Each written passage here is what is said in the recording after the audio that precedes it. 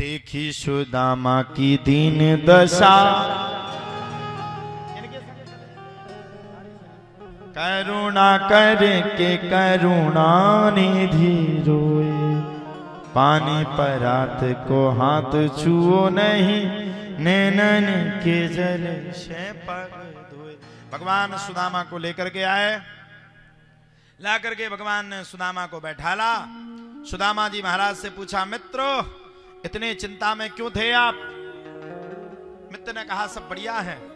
भगवान ने स्नान करवाए, ध्यान करवाया, मित्र को बड़े सुंदर सुंदर उपहार दिए और अपनी गद्दी पे विराजमान कर दिया। पूछा भाभी ने मेरे लिए क्या संदेश भेजा? तुरंत सुदामा की बात, सुदामा ने भाभी की बात भगवान को बता दी।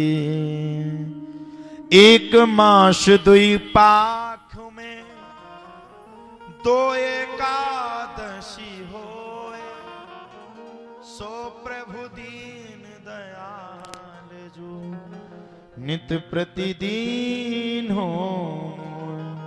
अब सुनो, भगवान ने कहा भाभी से कह देना, होनी थी सो हो गई, अब ना ऐसी हो, भाभी तेरे द्वार पे नित्य द्वादशी होए।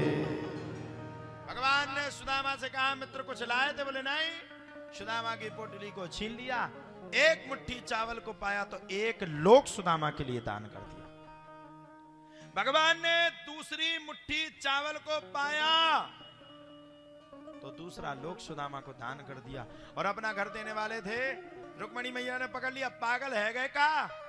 खुद का घर ही बांध दोगे का? भगवान बोले जो भक्त मेरी भक्ति करता है उसके लिए मैं सर्वस्व दान करने के लिए तैयार रहता। माता रुक्मणी ने भी एक मुट्ठी चावल को पाया और सुशीला के घर पे वरदान दे दिया लक्ष्मी, श्री लक्ष्मी का। विश्वकर्मा भगवान को आदेश दिया, जाओ सुदामा के लिए बड़ी सुंदर सुंदर नगरी बजाना। भैया सब लोग विराजमान रहेंगे, रुद्राक्ष फिर से वितरण है, यहां से व्यवस्था होगी और देते चले जाएंगे। आज भी और कल भी है रुद्राक्ष वितरित। जब खिचड़ी धरत जाओ हम ले जाए सबरी लात लदू के, चिंता नहीं करने तुम्हें। जहां हमारी यही होत पे को टाल ले जाए, कोई बात नहीं, ये तो हंसी की बातें हैं।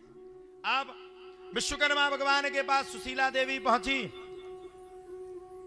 जैसे ही सुशीला देवी विश्वकर्मा भगवान के पास पहुंची, विश्वकर्मा भगवान ने कहा देवी क्या बनाना है?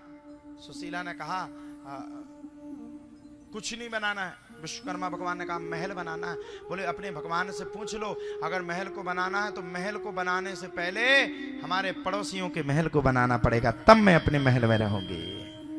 ताली बजाओ भाई, तुम्हारे कथा सुना ही नहीं रही, शर्म नहीं आती। विश्वकर्मा भगवान ने भगवान श्री कृष्ण से पूछा, भगवान ने कहा जाओ अगर मेरी भाभी सुशीला ने कहा है तो भाभी सुशीला के पुण्याह वाचन से सभी पड़ोसियों के भी सुंदर सुंदर द्वारकापुरी से सुंदर महल बना दो।